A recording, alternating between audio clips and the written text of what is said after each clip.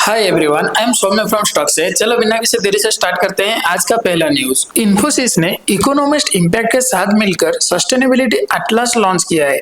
ये एक thoughtful initiative है जो बिजनेस को एनवायरमेंट फ्रेंडली डिसीजन लेने में सपोर्ट करेगा। एटलस से ऑर्गेनाइजेशन को ग्लोबल सस्टेनेबिलिटी चैलेंजेस समझने और उन्हें एड्रेस करने में हेल्प मिलेगा। ये पार्टनरशिप रेस्पॉन्सिबल और फ्यूचर रेडी बिजनेस प्रैक्टिसेस को प्रमोट करता है।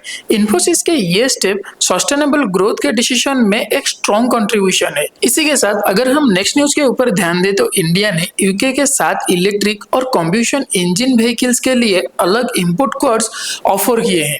कोड्स को इंजन कैपेसिटी और प्राइस बैंड के बेसिस पर स्ट्रक्चर किया गया है। टैरिफ कोड्स ग्रेजुअली इंप्लीमेंट होगा जिससे इंडस्ट्री को स्मूथली अडॉप्ट करने का टाइम मिलेगा। स्मॉल कार सेगमेंट के लिए भी थॉटफुल क्वार्टर डिजाइन किया गया है।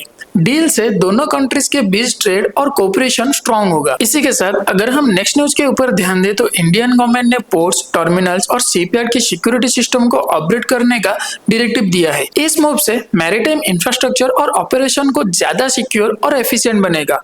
अथॉरिटीज को कहा गया है कि वो सेफ्टी स्टैंडर्ड को फॉलो करते हुए सर्विलांस सिस्टम को एनहांस करे। ये स्टेप नेशनल सेफ्टी के लिए एक इम्पोर्टेंट पार्ट है। गवर्नमेंट का फोकस मैरीटाइम स्ट्रेंथन को और भी रिलेबल बनाना है। इसी के साथ अगर हम नेक्स्ट न्यूज के ऊपर ध्यान दें तो अप्रैल में इक्विटी म्यूचुअल फंड में इनफ्लोस थोड़ा कम हुआ है। पॉजिटिव का ट्रेंड 50 महीने तक कंटिन्यू रहा है।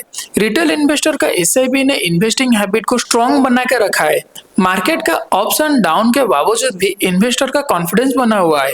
ये लॉन्ग टर्म प्लानिंग और फाइनेंशियल अवेयरनेस का रिफ्लेक्शन है। ओवरऑल इक्विटी सेगमेंट में स्टेबिलिटी का स्ट्रॉन्ग सिग्नल मिल रहा है। इसी के साथ अगर हम नेक्स्ट न्यूज के ऊपर ध्यान दें तो इंडिया पाकिस्तान टेंशन के चलते बीसीसीआई ने आईपीएल को सेफ्टी के मद्देनजर रखते हुए पॉज कर दिया है।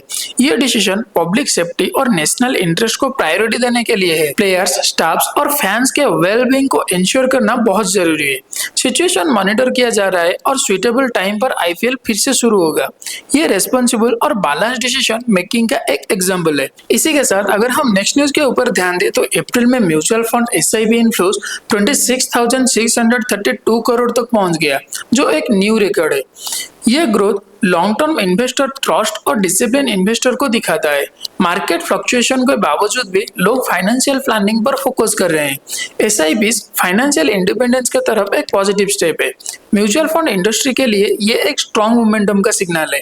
इसी के साथ अगर हम नेक्स्ट न्यूज के ऊपर ध्यान दें तो जियोपॉलिटिकल डेवलपमेंट के बीच एफआईआईज ने अब तक 50,000 करोड़ का स्ट्रॉन्ग इन्फ्लोस किया है। थोड़ा कॉशन अप्रोच भी दिखाया है, लेकिन ओवरऑल सेंटिमेंट अभी भी पॉजिटिव है।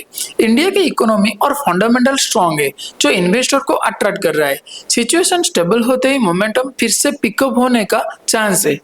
एफआईआईज का ट्रस्ट इंडियन मार्केट में बना हुआ है। इसी के साथ अगर हम नेक्स्ट न्यूज के ऊपर ध्यान दें तो यूएस चाइना ट्रेड टेंशन के बावजूद शिपिंग इंडस्ट्री नया चैलेंजेस के साथ अडॉप्ट कर रहा है। ये एक लर्निंग फेज है जहां फ्लेक्सिबल प्लानिंग और कोऑर्डिनेशन बहुत जरूरी है। ग्लोबल ट्रेड ग्रेजुअली रिकवर करेगा और इसी के साथ इंडस्ट्री का रेजिलियंस पॉजिटिव डायरेक्शन में भी प्रोग्रेस होता हुआ दिख रहा है। तो ओवरऑल ये था आज का न्यूज अपडेट। अगर आपको हमारी वीडियो अच्छा लगा हो या फिर कुछ भी इंफॉर्मेटिव लगा हो तो आप हमें लाइक करें, शेयर करें और सब्सक्राइब करना मत भूलें। तब तक के लिए हम रहते हैं और मिलते हैं एक नए एपिसोड के साथ।